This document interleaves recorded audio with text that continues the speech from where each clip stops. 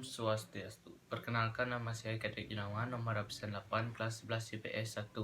Di sini saya akan menjawab 5 pertanyaan dalam bentuk video. Pertanyaan yang pertama, jelaskan pendapatmu apakah kemerdekaan yang diperoleh bangsa Indonesia merupakan hadiah dari Jepang? Menurut saya tidak, karena kemerdekaan Indonesia bukanlah pemberian dari Jepang, melainkan perjuangan rakyat Indonesia itu sendiri dalam mempertahankan kedudukannya dan hak. Pertanyaan yang kedua, jelaskan faktor penyebab menyerahnya Jepang kepada sekutu. Penyebab Jepang menyerah kepada sekutu adalah peristiwa pengeboman di dua kota, yakni Hiroshima dan Nagasaki. Pengeboman tersebut setelah menewaskan dan melukai ratusan ribu manusia. Tak hanya itu, efek radiasi dari senjata nuklir juga membekas dalam waktu yang lama. Pertanyaan yang ketiga, jelaskan dampak menyerahnya Jepang kepada sekutu bangsa Indonesia. Dampak Jepang menyerah tanpa syarat pada sekutu adalah terjadi kekosongan kekuasaan di Indonesia. Artinya, tidak ada pemerintahan yang berkuasa di Indonesia. Jepang telah kalah pada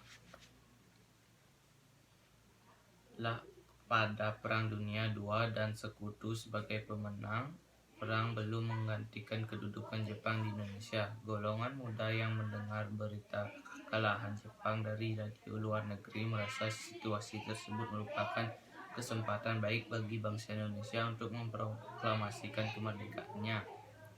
Pertanyaan yang keempat, jelaskan latar belakang terjadinya peristiwa Rengas Dengklok. Peristiwa Rengas Dengklok merupakan pengesahan Soekarno dan Hatta oleh golongan muda. Latar belakang peristiwa tersebut adalah perbedaan pandangan terkait pelaksanaan proklamasi antara golongan tua dan golongan muda. Perbedaan pandangan tentang waktu pengumuman proklamasi kemerdekaan Indonesia menyebabkan ketegangan antara golongan tua dan golongan muda. Dan pertanyaan yang terakhir, terjadi perbedaan pendapat antara golongan itu dan golongan muda tentang waktu pelaksanaan proklamasi. Jelaskan perbedaan pendapat antara golongan tua dan golongan muda tersebut.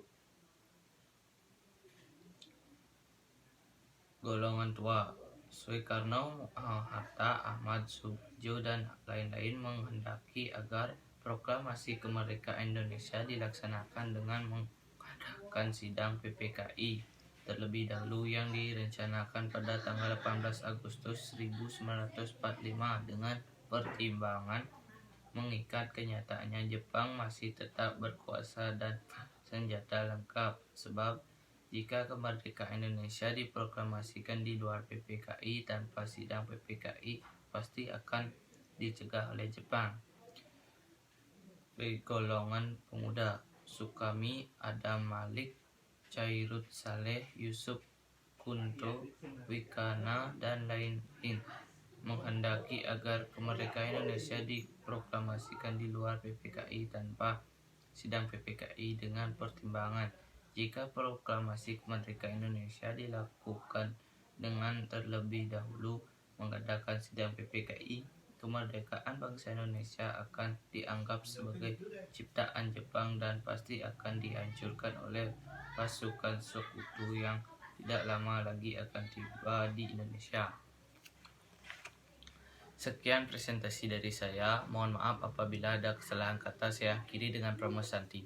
Om Santi Santi Santi Om.